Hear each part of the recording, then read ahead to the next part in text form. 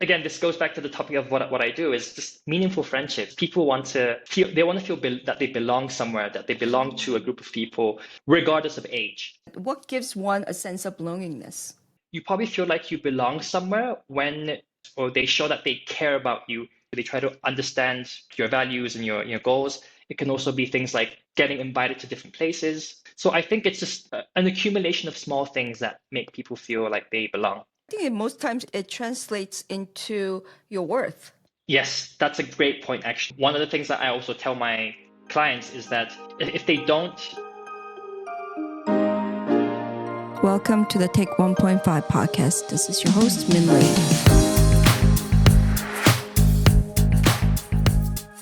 my name is Kevin. I am from Korea, but I've actually lived abroad for about almost 30 years now. And during that time, I've lived in about 15 countries across 5 continents, currently in Mexico, and I'm very happy to be here. You say you lived abroad for about 30 years. You don't even look 30. Because I've actually been living abroad pretty much since I was born. So I'm 31, turning 32. My parents were already living outside of Korea when I was born.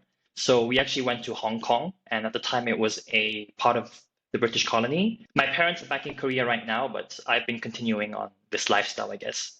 What were your parents doing? Well, actually, my dad he initially went abroad because he was part of a company that kind of had a overseas branch. And at the time that was in Hong Kong. And for the most part, it was a mix between my dad getting a job and also starting his own business in different countries. So he would seek those opportunities out. And so it was a combination of those two that kind of took us around the world. That sounds exciting, but also very challenging. As a kid, I hated leaving my friends. But looking back, it was such an amazing experience and it shaped who I am today. So I'm really grateful for the experience. Where were you educated? I was in the UK from when I was 3 to 8, and then middle school, I spent most of it in Dubai, so in the UAE. For high school, I spent 2 years of it in the UAE. And then my last year, so my senior year of high school, was actually in the States. And then for university, I went to college in Switzerland, so in Europe. Wow. How many languages do you speak? I speak 3 on a fluent level and 2 on a, let's say, intermediate level. What are those fluent level? English, Korean, and I speak Portuguese as well. I used to live in Brazil, so that's where I learned it. And then Spanish and French are sort of the intermediate ones. Wow, that's so cool. Which part of the world was your favorite so far? That's always a hard question because a lot of people ask me that. Every country was very unique. I would probably say the place that I do feel the most home so far has been Thailand. So I spent like almost 7 years in Thailand as well, working there. And for some reason, Thailand just feels like home. Really? Yeah. I mean, Thailand itself is such a big tourist destination globally, and there's a lot of different expats from all over the world. And it's also very close to Korea. And you have, obviously, it's in Asia, so you have that a little bit of that familiarity as well. So I think it's a mix of all of that part where I could actually interact with people from all over the world, which is kind of what I grew up with. Were you in international schools? For the most part, it was all international schools. So being with people from all over the world. So what do you do? Right now, I work in tech. So I'm currently a quality engineer. So we currently work with Google on some of their projects. But before being in tech, I used to work in hospitality for about 10 years. Yeah, being in hospitality really helped with the traveling as well. That's why I was able to sort of work in different countries. But now I think I'm in that phase where I want to be more a little bit settled because I think I've done enough of the expating and moving around. But never say never, of course. You're in Mexico City right now. Yes? That's correct. Do you like Mexico City? I love it so far. Yeah. It's slowly becoming one of my favorite countries as well that I've lived in. So my company has a branch here in Mexico City. So I work 3 days remotely and then 2 days I have to go to the office. Kevin, what a life you have. Are your parents in Korea now? So I'm the only one that's outside of Korea right now. Everyone else is back in Korea. Do you go see your parents often? Usually I try to go once a year, but Mexico is pretty far from Korea, as you know. So hopefully I'll be able to go this year as well to visit them. Did your job bring you to Mexico, or was it like choice and then you found a job? Oh, so this time it was my job. It's actually a US company, but they have a branch here in Mexico City. So I think their headquarters is actually in Austin, Texas. So while you're growing up in different countries and different cultures, living as a Korean something, while we're living in America, we could say, oh, we're Korean Americans. So we grapple between the Korean culture and the American culture, right? And that's hard. But what about you? You're living in so many different cultures. Like, how do you identify yourself culturally? That's a great question. I've never really thought about that. It was just more so when people would ask me, I would just say I'm Korean because I have a Korean passport. Even though I've lived in different places, I still have a Korean passport, and my family is very Korean. And at home, we would speak Korean, and everything was very Korean. So I say I'm Korean, but I do tell people that I have lived outside of Korea for a long time. But in terms of identifying just one specific place, I don't really have that. I don't really have a full answer to that. I just say I'm Korean. What do you think, but culturally, what resonates with you the most? I would probably say I feel more Western compared to Asian, if that makes sense. Probably because of some of the values and some of the things that I talked about, I resonate more with that. And most of my friends growing up were from European countries or from North America, for example. So that's probably the reason why I lean more towards that area. The Western, 서양. Exactly. Yes, 서양. 서양 Yeah. 문화. What are some examples? Can you give me some examples? I think when it comes to communication styles, I can be very direct, which is something that obviously a lot of Asian cultures don't really do. So they like to kind of be a little indirect and make sure that they don't offend anyone. But I have a tendency to just say things as it is. And the other thing is probably the way I just like express myself, like the way, for example, the way I laugh, the way I communicate using my body language and things like that. I would probably say those two are probably the biggest. Do you find yourself when you're in Korea or with Korean folks, like not from the Western part of the world, but just Koreans, right? Do you find yourself kind of watching out for what you say and how you say it? I definitely get more quiet, that's for sure, because I'm more aware, obviously, of something that could offend someone or it could sound very wrong for the Koreans. So I'm a bit more careful. I had to learn that in the hard way, actually, because so I had to do my military service. So that was a big awakening for me, and it was an experience that really taught me more about Korean culture in depth. Oh my goodness. So did you already serve? I did serve, yes. How long? It was almost 2 years. Wow. Tell me about that experience. In the beginning, it was I'm gonna say brutal because at the time I obviously had barely lived in Korea and my Korean was not as good as it is now.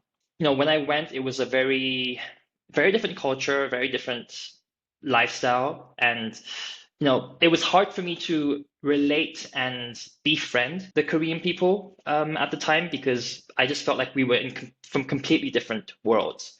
But obviously humans are very adaptable. So after like a year, or I started to adapt a bit more and start to understand the culture more. So in the end, I got along really well with everyone.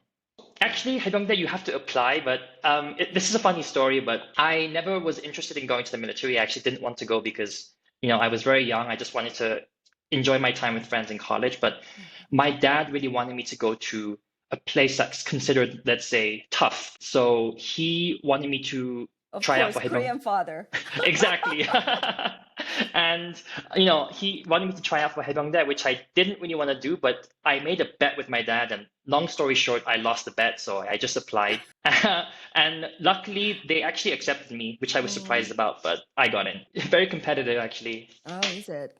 Yeah. It is. Well, I guess that makes sense because a lot of men, they brag about being in 해병대. That's true. Sometimes it can be a really, really negative ego, but yeah, a lot of people do brag about it. Okay, so I have a question about that. When the Kyupos go to Korea, people know, right, that you're Kyupo, you're not from there. They could totally tell. In the military, with just bunch of guys who are like captured, like we're confined to one space. How does that work out? Did they pick on you? In the beginning, it was difficult because that's one thing. They would call me like a Yankee, or they would call me like a foreigner. There was a couple of other guys in my base who were also living abroad. Well, there was one guy who was living in South Africa.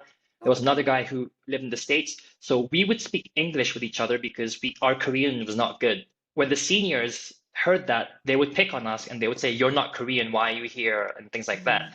But They we don't like overcame it. it. So Yeah. yeah, they don't like it. Back when I was in there, which was 10 years ago, that's when I left. There was still a little bit of hazing and a little bit of the physical violence, but I heard that now it's really minimal. There's almost nothing. We live in the States or wherever, you're so obviously an outsider, right? But then you go back to Korea or where your family's original place, and you still feel like an outsider. And they make sure that you know it. 100%. I think we all, audience, our listeners of this podcast, would relate to that. It would resonate with us so deeply. 100%. Okay, so what did you do after 해병대? Actually, I had to.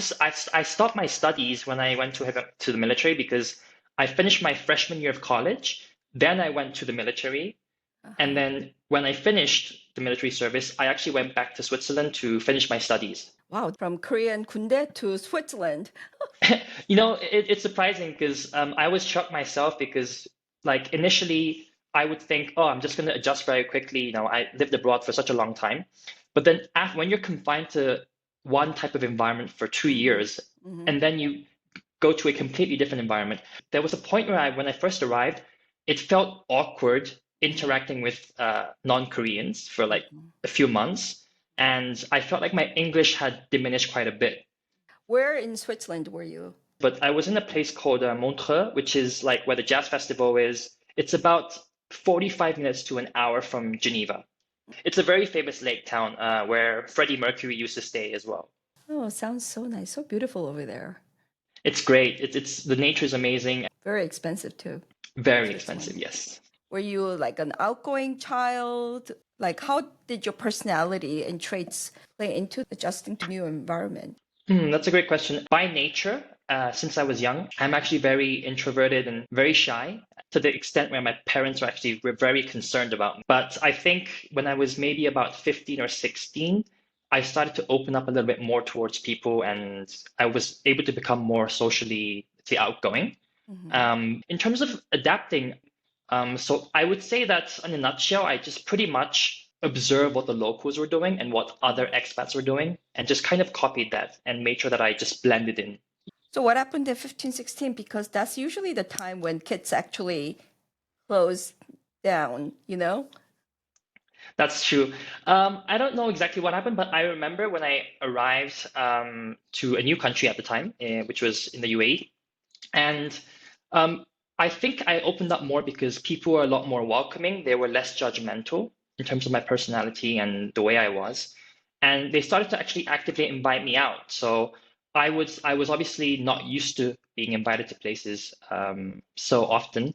So I would just accept and go and just put myself out there, even though it was uncomfortable. And I think slowly that sort of helped me to become more outgoing. And I started to observe people and see what works, what connects me to them, and then just sort of like build on that to become more social. Is your father more outgoing than you? He's very outgoing. He's very social. He's very extroverted. That must have been very hard for your father to watch you. They still talk about this actually. They always remind me every single year when I'm home. Do you remember when you used to be very shy and we were very worried about you? My mom would also say that to me as well. Yeah, they were worried. It's funny. I have a son who's very introverted. But he's gotten so much better. When we were at a restaurant, we will make him order and ask for stuff. That's funny. That's funny. Okay, I understand that you were born into this lifestyle of moving around different countries. But you actually are continuing with the lifestyle. You're not saying, okay, I'm tired of that. I'm going to settle down in one place. Just reflecting back on my life, I realized I've always been interested in just exploring the world. And there was a point where I reflected back and I thought, what do I want to do with my life after university? And I didn't want to go back to Korea to actually get a job. I want to continue this interaction with and be surrounded by international people. So I deliberately tried to find jobs and opportunities outside of Korea. And even if they were considered opportunities in places that are considered maybe less developed, where the infrastructure wasn't so good and many people would hesitate to go there, or maybe even the pay was lower, I just would think of it as a learning experience and I would just be open to going to these places. And that obviously paid off really well. And that's why I'm able to still continue this lifestyle.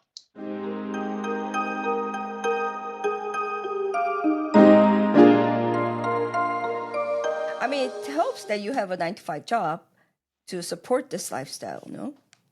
Absolutely, absolutely. Yeah, I mean, mostly it's been like I've been mostly working on the 9 to 5, and then, well, actually, the subconsciously it started during COVID, where I started to help people to make friends because during COVID, I realized that a lot of people were really struggling to make meaningful friendships. They were, making friends and talking to people is easy, but there's a lot. It's usually very surface level. Mm-hmm. But if you want to build like a really strong connection with someone, it takes more effort, and a lot of people were very uncomfortable with that. So I started to help people during COVID casually, and then I started actively helping people a lot more seriously for the past year, I would say. Oh, wow. Okay, so let's talk about that. So, how do you actually help someone to make friends? So usually what I do is I coach people one to one. So we jump on a call twice a week, and then how we usually start is the process is we actually first of all identify what sort of problems that they're having, like what's their situation. And then usually when we go deep into this, there's a couple of common themes that come up. Number one is usually like some kind of event or incident in the past that caused them to have a certain mindset where they think, oh, like I don't trust in people, or I don't believe that this is going to work. So I have to identify that first with them. And Mm-hmm. then once we identify that, then we talk about different strategies and techniques and basically what they can do to change that. And then we work towards that together. And that's been so far very, very helpful for them. And I've been getting great feedback for it. So I'm very passionate about it and plan to Oh. continue doing so. Most of my clients so far have been people that are very financially successful, but then they really struggle on a personal level socially because they are very successful financially, but they oftentimes make a lot of excuses when it comes to making friends because they think, oh, I have too much work, or maybe I'm too busy, or they're just so drowned in their work that they don't make time for their personal life. So they forget how to actually interact with people. And Mm. as you know, with technology evolving even more nowadays, Right. it's going to become even more important for people to learn Mm. how to interact. Usually, they have to first of all understand who they are as a person. What are their values? What are their interests? And what do they like to do? Where do they want to go in life? So, doing like a self-reflection. Mhm. And then, depending on that, I think it's also important for them to identify what type of people they want to surround themselves with. Obviously, that's the reason why they do this whole self-reflection is because they obviously want to be around people that are similar to them. So once they identify that, it's all about maybe going out to different events or like doing things that they like. Like by doing what they really like, they can also do it with other people and find like-minded people. And it's slowly building on from there. So, do you practice this in your own life? I do actually. Yeah, yeah, I do. Uh-huh. I do. Absolutely. Uh-huh. Uh-huh. That's good. What kind of things do you like? I like running. I like physical activity, Mm. especially like hiking. I like to go to the gym. So what I do is I like to when I meet new people usually, and I find that they have similar interests, I usually like to invite them on a next meeting to go to the gym together or to go hiking together to do something similar. So Mm. that's one way of sort of how I walk the talk, let's say.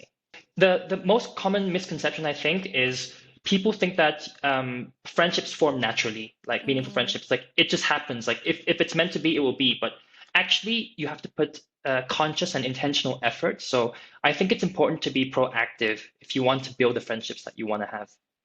That's a good point. Yeah. Absolutely. Yeah. It doesn't really just happen. Any relationship, actually. Yeah. Absolutely. Small things like that really can have a big impact on your friendships. So it's Mm. very important to put intentional effort. Hmm.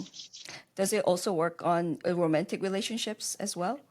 That's a great point. I'm not definitely a romantic expert, but I would say that there's definitely probably some relevance there. I'm sure there's some common themes when it comes to any kind of relationship. So yeah, Mm-hmm. perhaps so. Mm-hmm.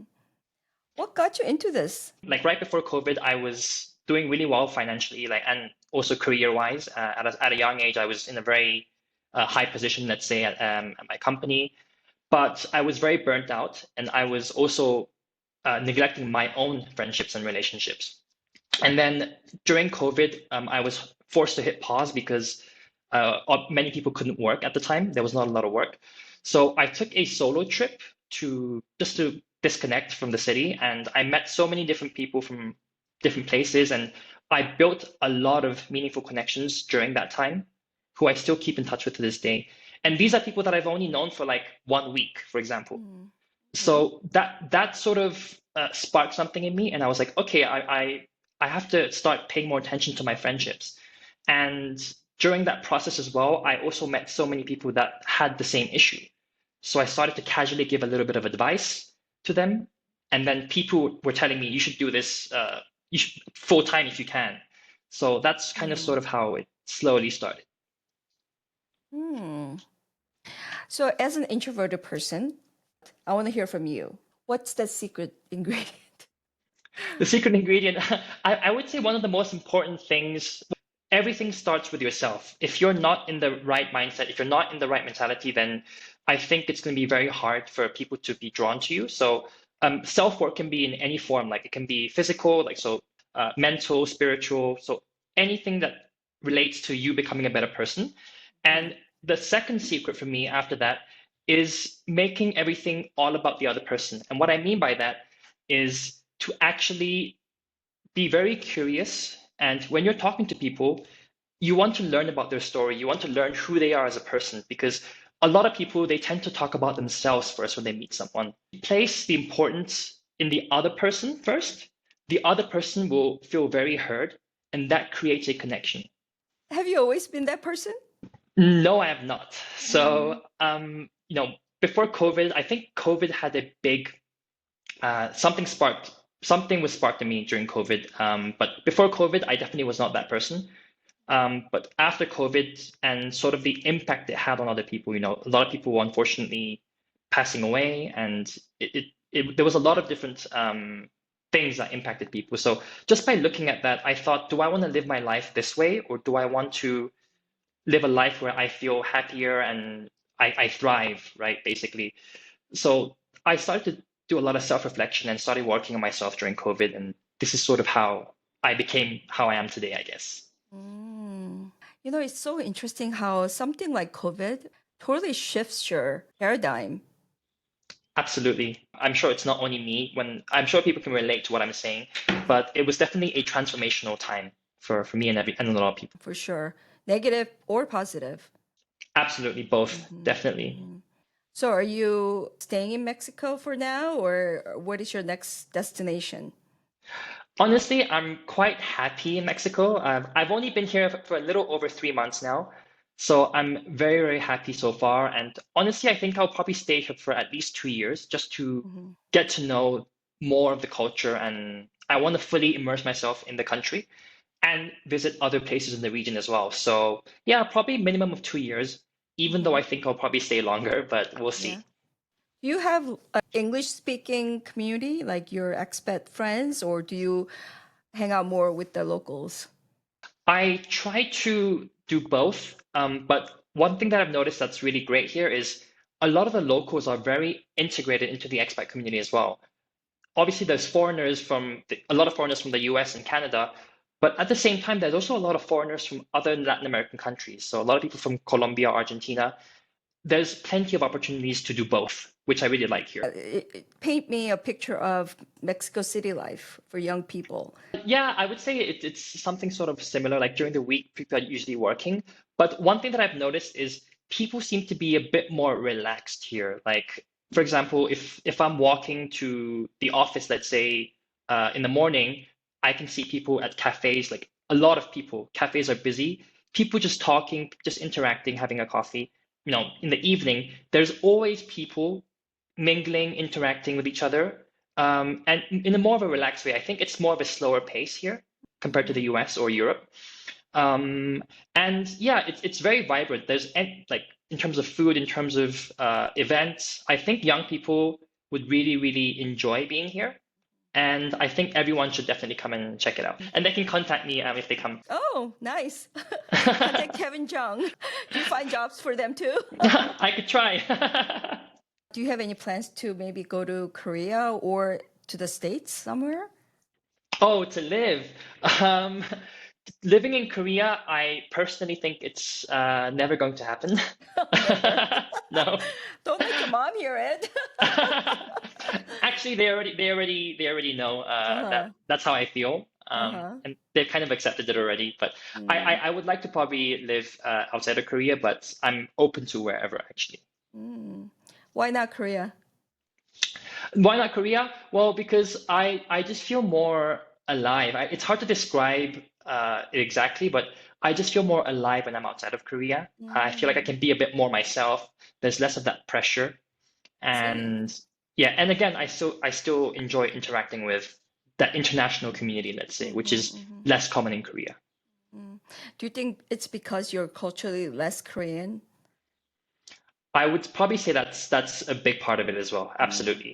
So what have you learned about yourself? About myself, that's a great question.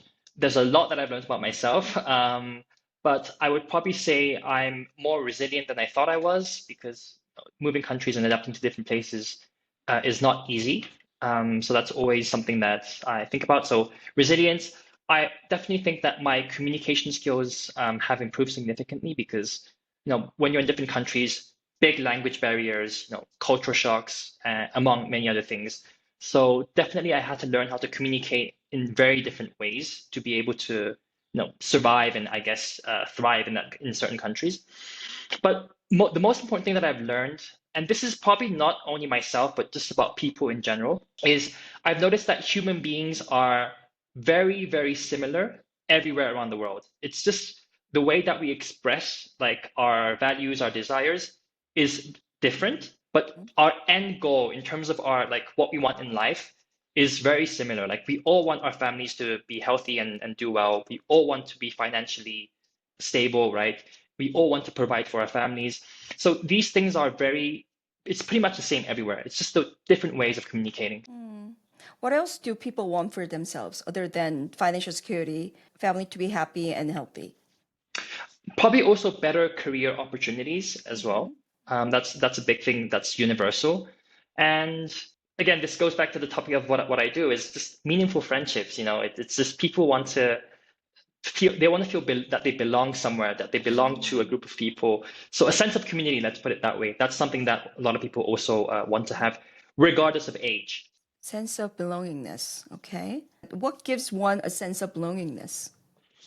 In general, I would probably say you probably feel like you belong somewhere when they actually show some sort of interest or they show that they care about you in different ways. Try to talk to you, they try to understand like your values and your goals. But the second thing about sense of belonging, I think, is yeah, just people just sometimes following up. It can also be things like getting invited to different places. So I think it's just an accumulation of small things that make people feel like they belong. That is so important in life, isn't it? To feel Absolutely. belongingness. Yeah. I think most times it translates into your worth. Yes, that's a great point actually that you mentioned because one of the things that I also tell my clients is that if they don't think of themselves in a good way, then it's going to be very hard for them to actually attract people that think of them in a good way. So it all Mm. starts with yourself. Like, once again, that's kind of where it goes to. So you're absolutely right. But that's so hard because a lot of people struggle with that, even at, older age. Absolutely. I think that's why it's so important to be conscious about such sort of what you consume and who you surround yourself with, because I like this very famous quote that someone said is that there's two things. One of them was your network is your net worth, and the Mm-hmm. other thing that someone also says is show me your friends and I'll show you your future. Mm-hmm. So that sort of shows like the people that you surround yourself with can really have a huge impact on your mindset and how you think of yourself and everything like that. So for me, that's also another reason why I'm so passionate about this.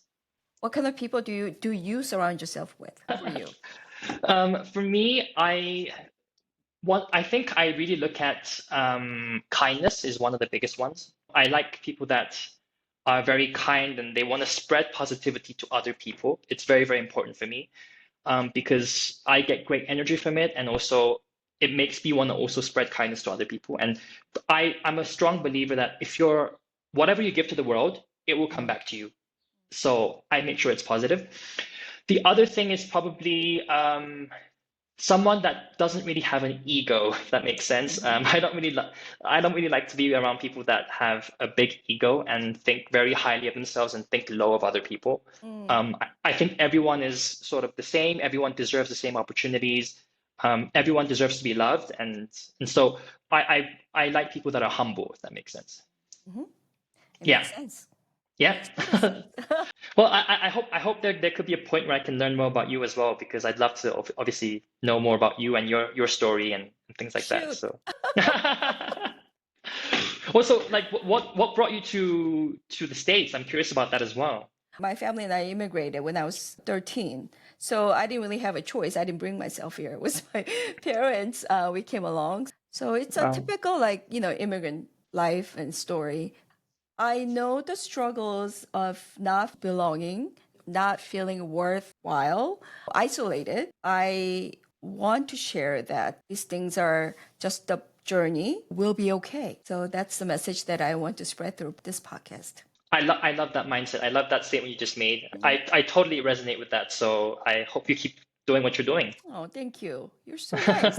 Mhm. Well, if we're ever in Korea at the same time, I'd love to obviously Yeah, connect. yeah. Maybe I'll come visit you in Mexico City. Perfect. You definitely come. You're always welcome. I'll be your guide. No problem. That'll be so fun, actually. Absolutely. Yeah, yeah, Yeah. definitely. As an expat, what do you think is the biggest trait that one could have?